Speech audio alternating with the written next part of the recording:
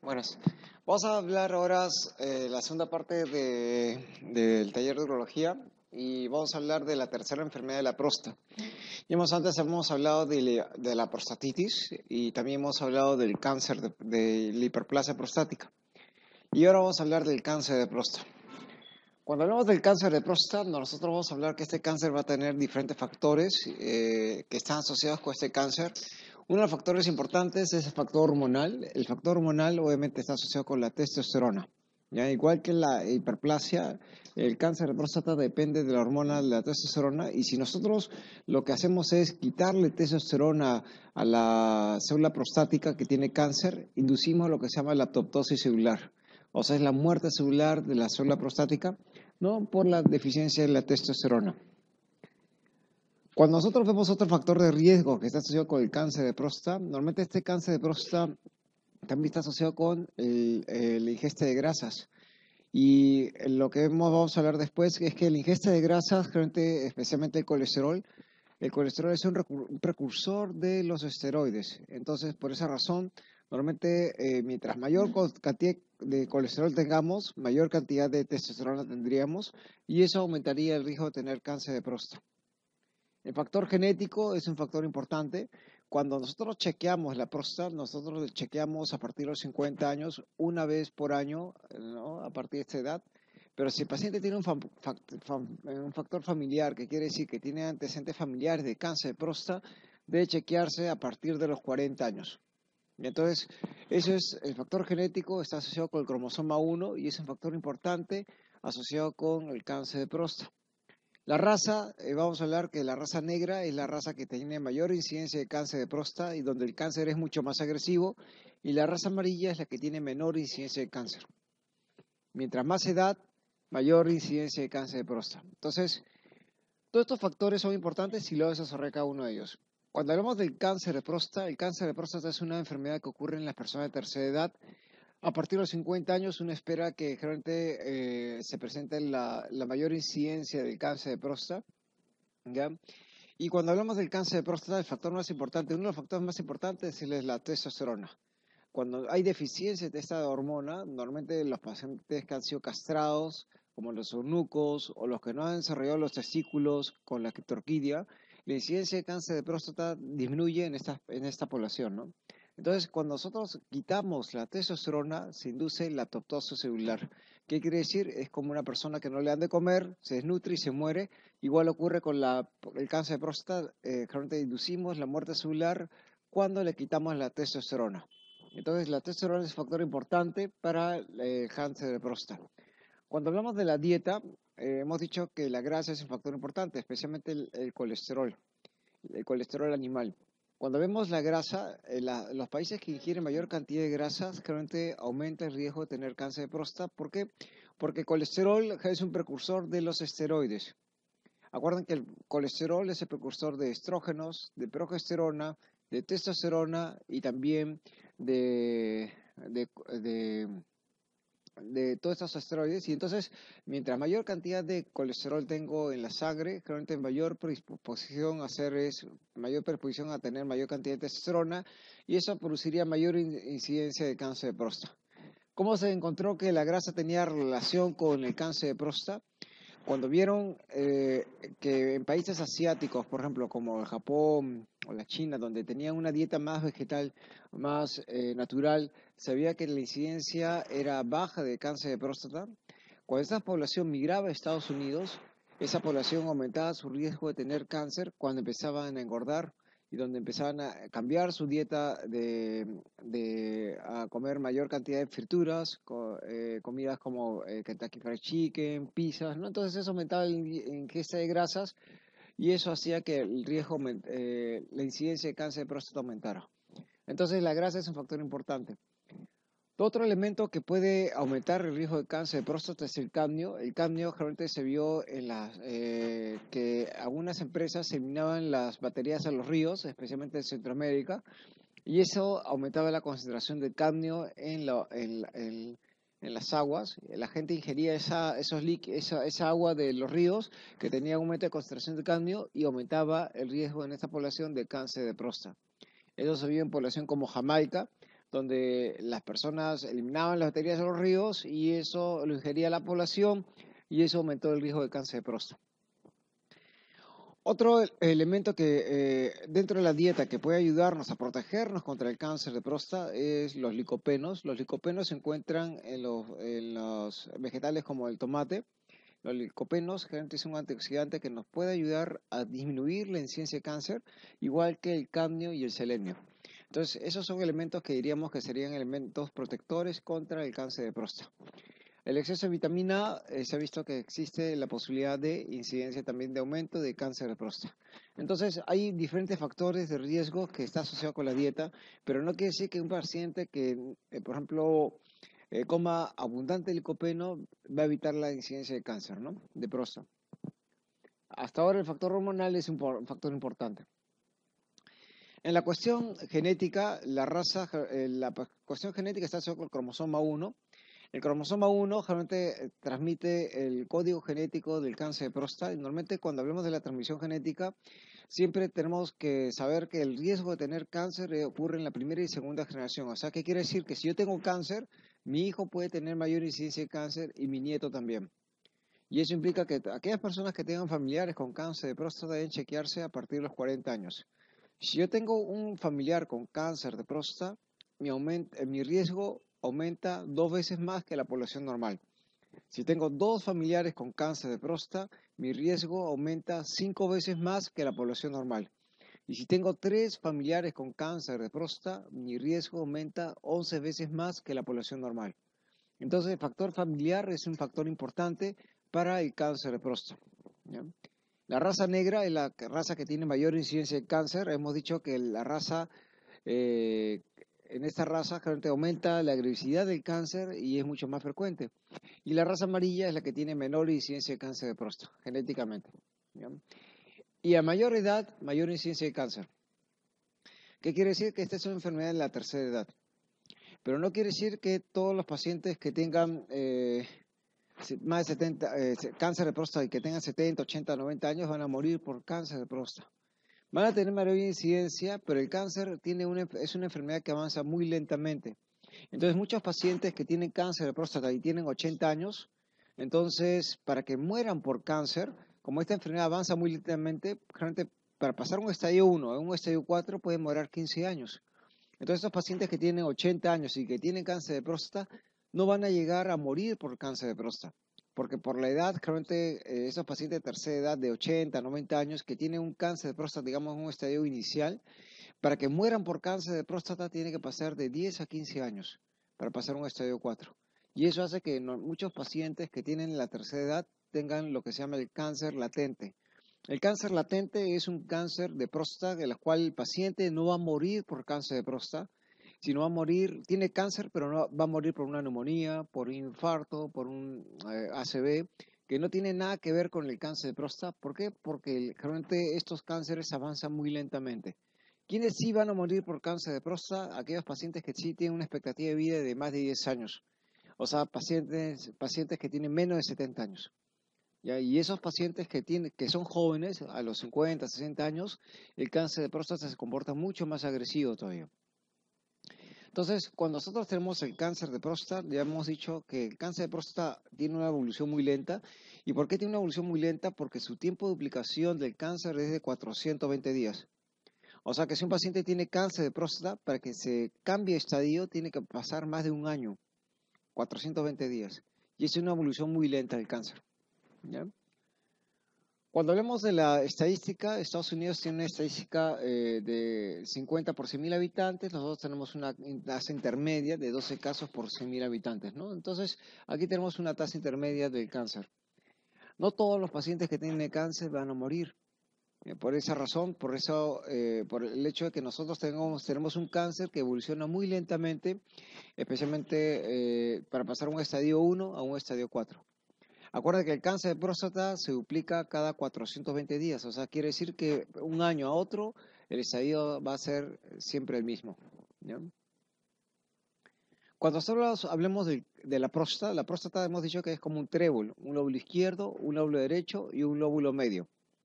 ¿No es cierto? Macroscópicamente es como un trébol de 3 hojas, izquierdo, derecho y lóbulo medio. Pero histológicamente, generalmente McNeil dividió la próstata en 5 zonas. McNeil dividió la próstata en la zona periférica, que es esta zona verde, que la cual constituye el 70% de la glándula prostática. Encontró la zona central, que constituye el 20% de la glándula prostática, la zona transicional, que origina más o menos el 10 a 15%, la zona periuretral que rodea la uretra, y la zona amarilla, que es la zona fibromuscular, que es un tejido conectivo. Entonces, está formado por 5 zonas, la próstata, de acuerdo a McNeil. 1 es la zona periférica, 2 la zona central, 3 la zona transicional, 4 la zona periuretral, que es la zona que rodea la uretra, y la zona fibromuscular, que es la parte anterior. Cuando ustedes hacen un tacto rectal, lo que van a meter es su dedo acá. Y al meter su dedo, lo que van a palpar principalmente es la zona periférica. Esa zona periférica, que constituye el 70% de la glándula prostática, se origina el 70% del cáncer. Entonces, esa zona periférica es muy importante para hacer el diagnóstico de cáncer. La segunda zona que origina cáncer de próstata es la zona de transición, y la tercera zona que origina cáncer de próstata es la zona central, ¿no? Entonces, la zona de transición origina el 20-25% del cáncer, y la zona central el 10 a 15%. Entonces, la principal zona que origina cáncer, la zona periférica, 70%. La segunda zona, la zona transicional, que un 20-25%, y la zona central origina el cáncer de próstata un 10 a 15%. Cuando hablamos de hiperplasia prostática, la zona de hiperplasia prostática que se origina en la clasificación McNeil es la de zona transicional. Esa zona de transición o zona tradicional es la que origina principalmente el HEP. La zona que principalmente origina el cáncer de próstata es la zona periférica. Entonces, cuando les pregunten cuál es la zona que origina el cáncer, la zona periférica. Y por esa razón el tacto rectal es muy importante, porque cuando ustedes hacen un tacto rectal, la principal zona que captan es la zona periférica. Igual, aquí es la zona periférica, la zona tradicional y la zona central. McNeil dividió así la próstata para diferenciar qué partes de la próstata originaban cáncer y qué partes de la próstata originaban HEP. ¿Qué síntomas puede producir la próstata? Los síntomas que produce la próstata cuando son estadios iniciales es ninguno.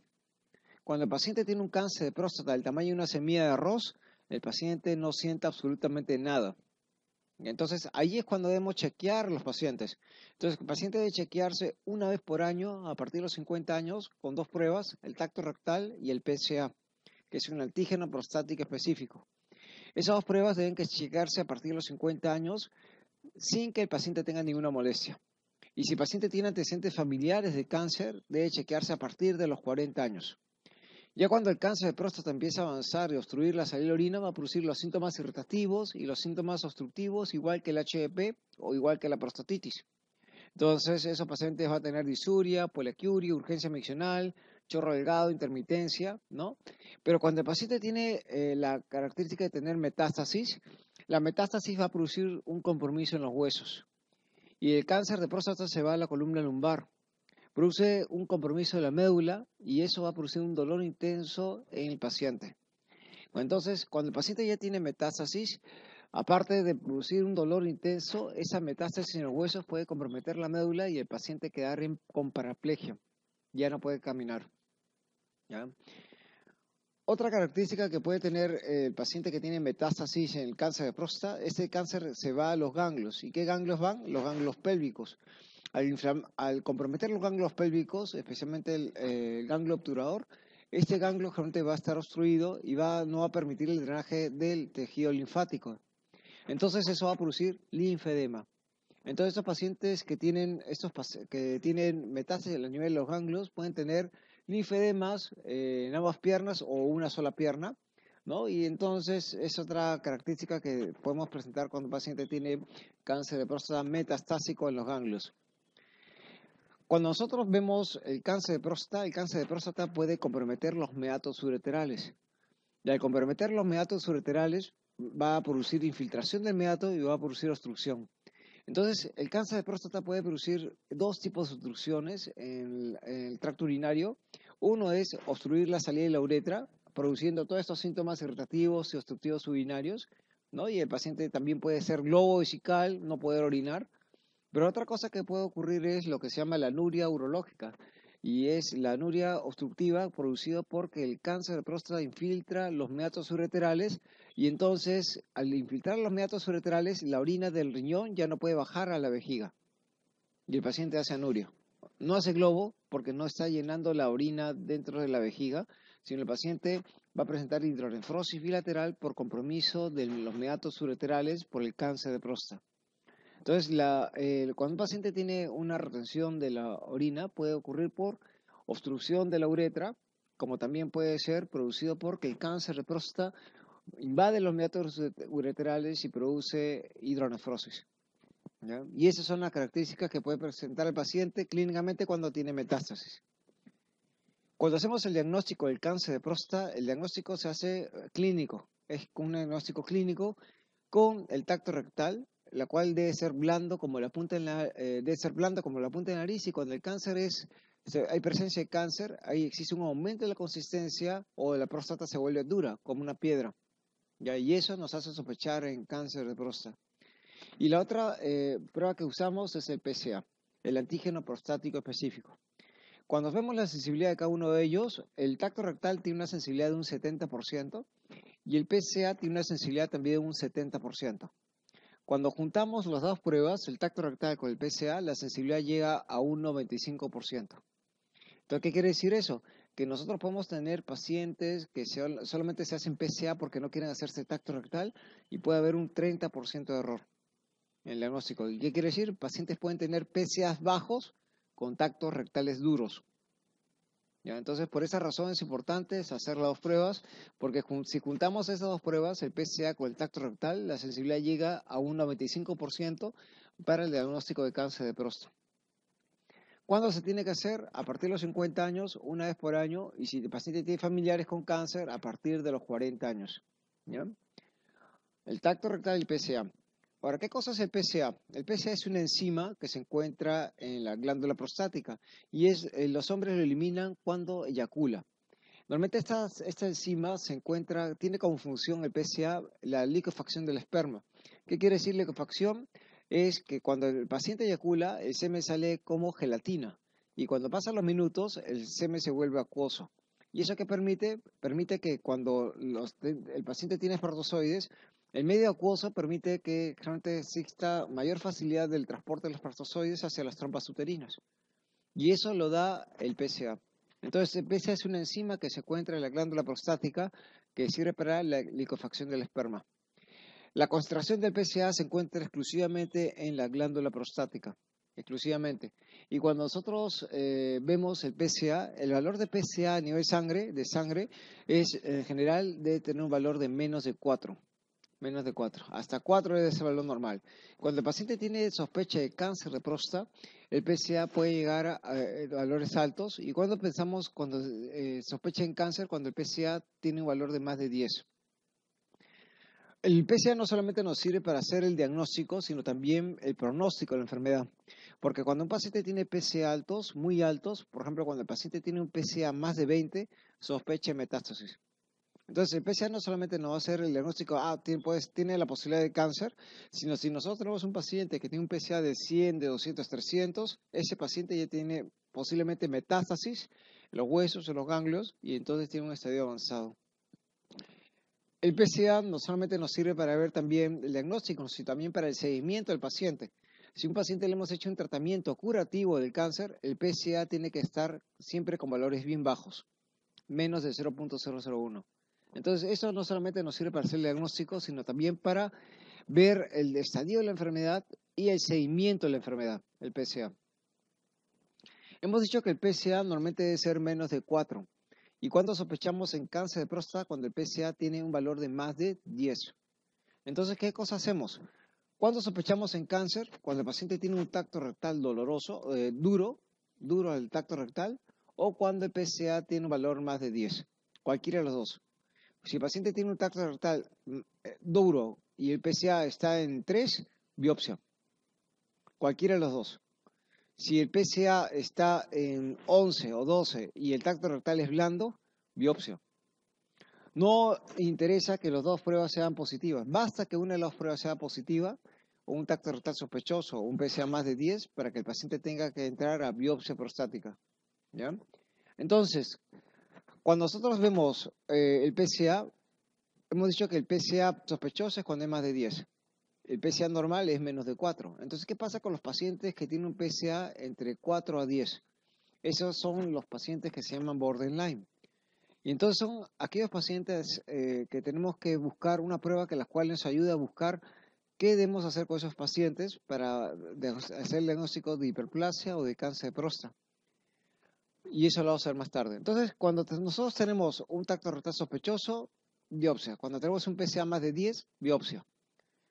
Cuando tenemos un PSA elevado, no solamente el cáncer de próstata puede elevar el PSA. El cáncer de próstata eleva el PSA, pero también lo puede elevar hiperplasia, prostatitis, retención urinaria o cualquier cirugía, cualquier manipulación de la próstata como una biopsia puede elevar el PSA. Entonces, un paciente que no puede orinar y está con sonda, ustedes van a encontrar la elevación del PSA. Entonces, el PSA no solamente se eleva en cáncer de próstata, sino también se puede elevar en HDP, hiperplasia. Cada gramo de hiperplasia prostática puede elevar el PSA en 0.33. O sea, ¿qué quiere decir? Que si tenemos una próstata de HDP de 100 gramos, entonces el PSA puede estar en 33 como un valor normal en HDP. Con tal, el cáncer de próstata eleva el valor de PSA en 3.3 cada gramo. Entonces, si tenemos una próstata de 100 gramos de cáncer, el PSA va a estar en 330. Entonces, el HDP, cuando mayor tamaño de próstata tengamos, puede elevar el PSA en forma benigna, ¿no? Y el cáncer de próstata eleva 10 veces más el PSA que el HDP. Cada gramo de HDP eleva el PSA en 0.33 y cada gramo de cáncer de próstata eleva el PSA en 3.3, 10 veces más. Prostatitis también puede elevar el PSA. Retención urinaria puede elevar el PSA. Cualquier cirugía prostática puede elevar el PSA y cualquier biopsia prostática también puede elevar el PSA. ¿Ya? Entonces, todas estas son cosas que nosotros tenemos que buscar cuando nosotros tengamos un valor de PSA alto. ¿Ya? ¿Qué hacemos? ¿Qué cosas vemos con el valor de PSA? En general, nosotros hemos dicho que el PSA debe ser menos de 4. Pero sabemos que con los años, cuando el paciente envejece, la próstata crece por la hiperplasia prostática benigna. Entonces, un paciente que tiene 40 años, la próstata va a empezar a aumentar de tamaño por el HDP. Y sabemos que ese HDP también puede elevar el PSA. Hemos dicho que cada gramo de HDP puede elevar el PSA en 0.33. ¿Eso qué quiere decir? Que si nosotros tenemos un paciente de 40 años o 50 años que tiene una próstata de 30 gramos y tenemos un paciente de 80 años que tiene una próstata de 150 gramos, obviamente ese tamaño de la próstata puede hacer que el PSA aumente.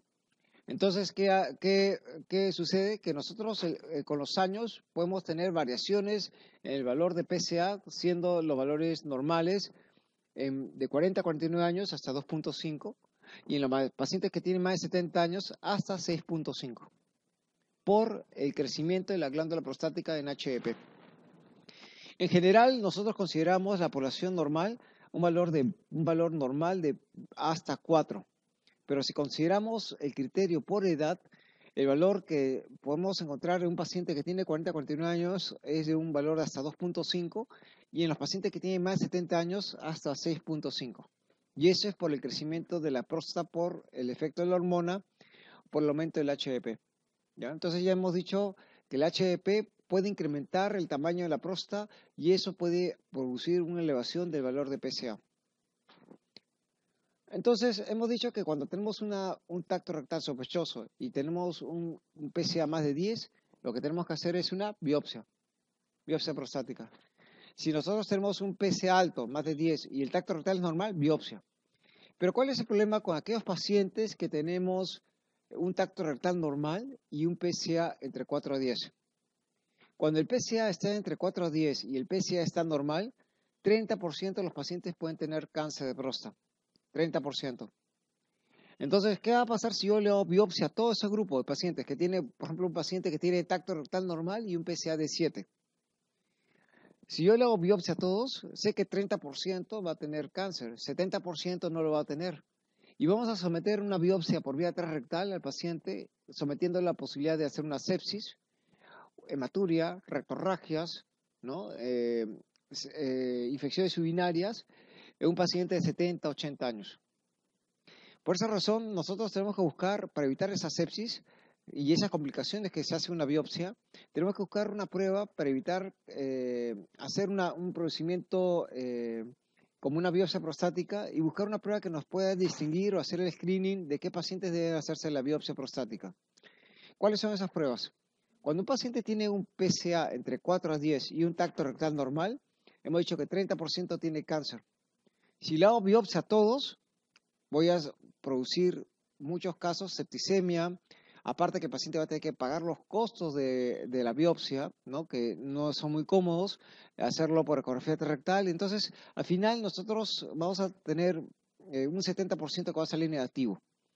Para evitar hacer biopsias innecesarias, nosotros tenemos que buscar una prueba que nos ayuden a buscar qué pacientes, de los pacientes que tienen tacto rectal normal y PSA entre 4 y 10, deben hacerse biopsia. Una de las pruebas que usamos es el criterio de rango por edad. Entonces, que hemos dicho que un paciente que tiene más de 70 años, el valor hasta 6.5 es considerado normal. Entonces, si tenemos un paciente que tiene un PSA de 6 y tiene 80 años, entonces ese paciente tiene un valor de PSA normal. Y eso no lo consideramos como cáncer de próstata, ¿ya? Pero ¿cuál es el problema acá? Que solamente nos da un criterio hasta 6.5. Entonces, ¿qué va a ocurrir? Si el paciente tiene 7, 8, 9, no vamos a saber qué es lo que pasa con el paciente, ¿no? Entonces, tenemos que buscar otra prueba que nos ayude a distinguir qué pacientes tienen que someterse a una biopsia. Otro criterio que se utilizó fue la velocidad del PSA. ¿Qué implica esto? Es la velocidad del aumento del PSA de un año a otro. En un año a otro no puede aumentar el PSA más de 0.75. Entonces, ¿qué va a pasar si nosotros tenemos un PSA el año pasado de un paciente que estaba en 2 y este año está en 7? Entonces, ha subido 5 puntos y es mayor de 0.75. Entonces, eso tendrá criterio de hacer una biopsia prostática. ¿Cuál es el problema de esta velocidad del PSA? Es que muchos de esos pacientes no tienen el valor del PSA del año anterior, porque los pacientes solamente se hacen el chequeo del PSA y el tacto rectal, por lo menos acá, cuando tienen alguna molestia. Pero si no tienen ni una molestia, no se hacen ni el PSA ni el tacto rectal. Entonces, obviamente, en estos pacientes que tenemos próstatas o pacientes que tienen PSAs entre 4 a 10, muchas veces nos falta el valor anterior del valor de PSA del año anterior. Y entonces, obviamente, no vamos a poder saber qué paciente va a tener que hacerse una biopsia o no. El punto crítico es no debe aumentar más de 0.75 por año el PSA. Entonces tenemos que buscar otra prueba que nos ayude a distinguir qué paciente tiene que ser sometido a una biopsia. Y la prueba que se utilizó fue la densidad del PSA. ¿Qué cosa era la densidad del PSA? Era el PSA total entre el volumen prostático. PSA total entre el volumen prostático. Hemos dicho que el volumen prostático se calcula por ecografía, sabiendo las 3 medidas y multiplicado por 0.5. El largo por el ancho por transverso por 0.5. Entonces, si tenemos una próstata de 4 por 4 por 4 centímetros, el volumen prostático será 4 por 4 por 4, que es 64, ¿no? Por 0.5, y ese volumen es de 32. Entonces, si tenemos una próstata de 4 por 4 por 4, vamos a tener un volumen de 32. Y si ese paciente tiene un PSA de 8, para calcular la densidad del PSA, dividimos 8 entre 32. Y nos da un punto, un valor que se denomina densidad del PSA. ¿Cuánto es el punto crítico? El punto crítico del valor de PSA es 0.15. Si el valor de PSA, de densidad del PSA es mayor de 0.15, ese paciente tiene que ir a biopsia. Si el valor de la densidad del PSA es menor de 0.15, HEP. Y no se hace biopsia. Nuestro punto de corte es 0.15. Entonces, en este caso, un paciente que tenga un PSA de 8 y un volumen de próstata de 32, entonces lo que hacemos es dividir 8 entre 32 y eso nos da 0.25. Como 0.25 es mayor de 0.15, ese paciente tiene que ir a biopsia prostática. Pero ¿cuál es el problema de la densidad? Que el volumen prostático lo determina el ecografista. Y como lo determina el ecografista, obviamente va a depender de de las mediciones que él haga. Y cuando nosotros encontramos pacientes que se hacían en la mañana una ecografía y en la tarde se hacían con el mismo médico la ecografía, veíamos que existía un error de un 30% en la medición del tamaño de la próstata. ¿Qué quiere decir? El error era el error humano. Un ecografista que tuviera un solo paciente tomaba las medidas de la próstata en forma exacta. Pero si el ecografista tenía 50 pacientes esperando en la consulta, obviamente existiría mayor error porque empezaba a hacer las ecografías lo más rápido posible. Y eso hacía que el paciente tuviera un valor de volumen prostático con margen de error por el error humano. Entonces, ¿cuál es el problema de la densidad? Que muchos pacientes iban a hacerse sometidos a una biopsia sin ser necesario y otros pacientes no eran sometidos a biopsias por el error del cálculo de volumen prostático. Entonces, el valor punto crítico es 0.15. Entonces, tenemos que buscar otra prueba que nos ayude a diferenciar qué pacientes tienen que ir a biopsia prostática cuando tiene un tacto rectal normal y un PSA entre 4 a 10. Y esa prueba que actualmente se utiliza es el valor del porcentaje PSA libre. ¿Qué cosa es el PSA libre? Cuando vemos el PSA es una enzima que hemos dicho que se encuentra en la próstata. Pero cuando el paciente eyacula, parte de esa enzima generalmente va hacia al semen y hay una pequeña porción de esa enzima que va a ir al conducto, al torrente sanguíneo. Y esa enzima generalmente puede estar unidos a proteínas o puede estar sin unirse a ningún tipo de proteínas. ¿Ya? Cuando el paciente hablamos del PSA total, el PSA total es el PSA que se encuentra en el torrente sanguíneo unido o no a proteínas. El PSA libre es el PSA que no está unido a proteínas, no está unido a ningún tipo de proteínas. Entonces, cuando nosotros calculamos el porcentaje de PSA libre, calculamos, si un paciente tiene un PSA de 8, como el caso anterior, y dosamos el PSA libre, que es el PSA que no está ligado a proteínas, si nos sale un valor de 4, sacamos el porcentaje. Si nosotros tenemos un PSA libre de 4, para sacar el porcentaje sería 4 entre 8, que es el PSA total, por 100. Y eso sería 50%. ¿No? Si tenemos un PSA libre de 4, lo dimos entre el PSA total y lo multiplicamos por 100. 4 entre 8 por 100 sería 50%. ¿Y cuál es el punto de corte para determinarse qué paciente tiene que irse a una biopsia? El punto de corte es el 20%. Cuando el paciente tiene un valor de menos del 20%, menos o igual de 20%, y hay sospecha de cáncer de próstata. Menos de 20%, sospecha de cáncer de próstata. Si el paciente tiene más de 20%, igual a 20%, es sospecha de HEP. ¿Qué quiere decir eso? Que el cáncer de próstata produce menos PSA libre y el hiperplasia prostática produce más PSA libre. ¿Ya? Entonces, cuando nosotros tengamos un paciente que tenga un PSA de menos de 20%, ¿no? Entonces de PSA libre, hay que hacer una biopsia.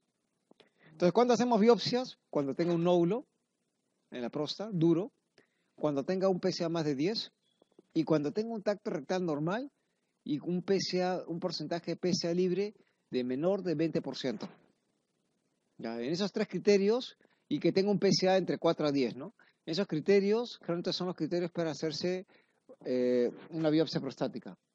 Acuérdense que el PSA libre no lo pedimos en cualquier caso, solamente lo pedimos cuando el paciente tenga un PSA entre 4 a 10. ¿Ya? Si el paciente tiene un PSA de 2 y pedimos un PSA libre, ese PSA libre no tiene ningún tipo de interés, porque el PSA libre se ha calculado solamente para aquellos pacientes que tengan un PSA entre 4 a 10 y un tacto rectal normal. ¿Ya? Tacto rectal normal y PSA entre 4 a 10. ¿Ya? No tienen que estar pidiendo las dos pruebas de PSA total y PSA libre. Si el PSA total sale en 7, pedimos el PSA libre. Y si el tacto rectal es normal, obviamente el PSA libre. Si el PSA salió en 2 y el tacto rectal es normal, no tenemos por qué pedir el PSA libre. Igual, si el PSA salió 30, no tenemos que pedir PSA libre, porque ese paciente tiene que ser sometido ya a una biopsia prostática. ¿Ya? Entonces, el criterio más importante de todos estos criterios que hemos estado hablando es el valor de porcentaje PSA libre. Entonces, ¿cuándo hacemos biopsias? Cuando tenemos un tacto rectal sospechoso con una zona dura de la próstata. ¿Cuándo hacemos biopsias? Cuando tenemos un PSA más de 10. ¿Y cuándo hacemos biopsias? Cuando tenemos un PSA entre 4 a 10, un tacto rectal normal y un porcentaje PSA libre menos del 20%. ¿Ya? Esos 3 criterios. ¿Qué hacemos para hacer la biopsia? La biopsia muchas veces el tacto rectal es normal. Y entonces, ¿qué hacemos? Tenemos que hacer una ecografía transrectal. En la ecografía transrectal, generalmente hacemos un mapeo, y ese mapeo es como hacer un Michi. Así que trazamos líneas como un Michi y hacemos biopsias en cada cuadrante. Si ese paciente tiene, si hacemos un Michi, hacemos 1, 2, 3, 4, 5, 6, 7, 8, 9. 9 biopsias. Y si el paciente tiene una próstata mucho más grande, trazamos otra línea y hacemos 16 biopsias. Si es mucho más grande, 20, 24 biopsias. Y todo esto por vía transrectal. Entonces, obviamente cualquier complicación que se hace de una biopsia es porque podemos ingresar gérmenes al tracto urinario, ¿no? Y a la glándula prostática, produciendo inclusive una posibilidad de una septicemia. Entonces, esos pacientes tienen que estar precedidos de antibióticos antes de hacer una biopsia, con el riesgo de hacer infecciones, ¿no? Cuando buscamos la biopsia, utilizamos el ecógrafo rectal. Entonces, la ecografía rectal no está indicado para cualquier situación, sino la ecografía rectal está indicado exclusivamente para hacer biopsias prostáticas. ¿Y qué buscamos en la biopsia prostática? Las zonas hipoecogénicas. En la ecografía buscamos las zonas hipoecogénicas, que son las zonas más negras. Esas zonas negras son las zonas que son sospecha de cáncer de próstata. Pero ¿cuál es la sensibilidad de la ecografía transrectal? La ecografía para buscar cáncer de próstata solamente es de un 50%. ¿Qué quiere decir? Que hemos dicho que el tacto rectal tiene una sensibilidad de un 70%, que el PSA tiene una sensibilidad de un 70%. Esto solamente tiene una sensibilidad de un 50%. Entonces, por esa razón que el screening es con tacto rectal y PSA. Y juntos nos da una sensibilidad de un 95%. Aparte, si nosotros vemos el traductor, este traductor que están viendo acá, es el grosor de un palo de escoba. Entonces imagínense que cada año le estemos metiendo este palo de escoba al paciente, nunca más va a regresar si no quiere meterse el dedo. Entonces, obviamente, la ecografía rectal está indicado solamente cuando queremos hacer una biopsia prostática y especialmente cuando el tacto rectal es normal o cuando no se palpa nada. ¿Ya? Cuando hacemos la biopsia, el estudio histopatológico generalmente sale adenocarcinoma. 95% de los casos es adenocarcinoma. Y nosotros, para ver el estadio de la enfermedad, nosotros determinamos el Gleason, ¿ya? Para ver el grado histológico de la enfermedad. Si es bien diferenciado o pobremente diferenciado. Usamos el Gleason. Este Gleason, normalmente cada biopsia prostática, hemos dicho que tomamos 8, 10, 12, 15 biopsias, 20 biopsias. Cada biopsia va a tener un Gleason. ¿Ya? Si sale positivo. Ese Gleason de cada biopsia va a ser de 1 a 5. Y nosotros, para hablar de próstata, hablamos de que el grado 1 es cuando el tejido es bien diferenciado y el pobremente diferenciado es el grado 5. El pobremente diferenciado. Entonces, obviamente, el que tiene grado 5 de cada biopsia va a tener peor pronóstico que el grado 1. ¿Ya? Pero como hemos dicho que cuando tenemos cáncer de próstata, hacemos múltiples biopsias, cada biopsia puede tener un resultado diferente de Gleason. Entonces, ¿qué quiere decir eso? Que si yo tengo una biopsia aquí positiva, este Gleason puede ser de 3 y esta biopsia positiva puede ser un Gleason de 5. Entonces, la pregunta es, ¿cuál utilizo? Cuando nosotros tenemos múltiples biopsias que salen positivas, entonces lo que usamos es lo que se denomina el Gleason compuesto y es lo que principalmente usamos. El Gleason compuesto es tomar las 2 biopsias más importantes. ¿Y cuáles son las 2 biopsias más importantes? Los 2 Gleason más altos. Entonces, si un paciente tiene una biopsia con un Gleason de 3 y otra biopsia con un Gleason de 5, se suman esos dos Gleasons y nos da el Gleason compuesto. Cuando ustedes ven la literatura, lo que ustedes van a encontrar es el Gleason compuesto, porque actualmente se preconiza que para hablar de Gleason siempre debe ser las 2 biopsias más importantes. Se suman las 2 biopsias más importantes y nos da el Gleason compuesto. Cuando el paciente tiene un Gleason de 2 a 4, es bien diferenciado. Cuando tiene un Gleason compuesto de 5 a 7, medianamente diferenciado, y de 8 a 10, pobremente diferenciado. O sea, el de 8 a 10 tiene peor pronóstico que el de 2 a 4. Y la pregunta es, ¿por qué empezamos de 2? ¿Y por qué no empezamos de 1? Porque cuando el paciente hacemos una biopsia y todo salió negativo, salvo una prueba de biopsia, Entonces, esa única prueba de biopsia, lo que hacemos es duplicarla por 2 para convertirlo en un Gleason compuesto.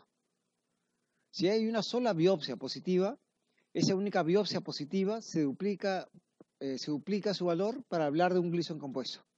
Entonces, si tenemos una biopsia positiva que salió un Gleason de 3, para hablar de un Gleason compuesto, eso se convierte en 6.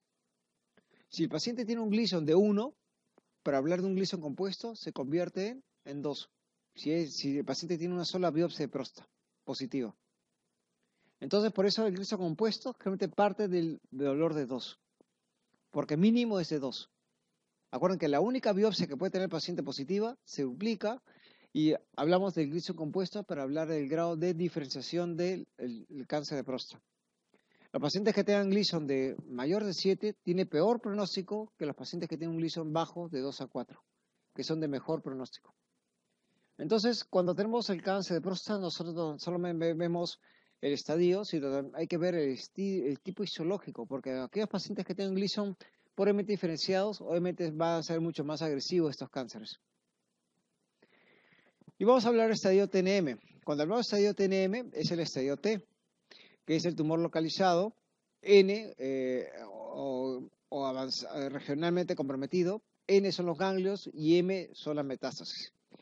Los ganglios que se comprometen son los ganglios pélvicos, la metástasis, el primer sitio de metástasis en los huesos, y el tumor localizado, generalmente regional, va a ser la diseminación local del tumor en la zona pélvica.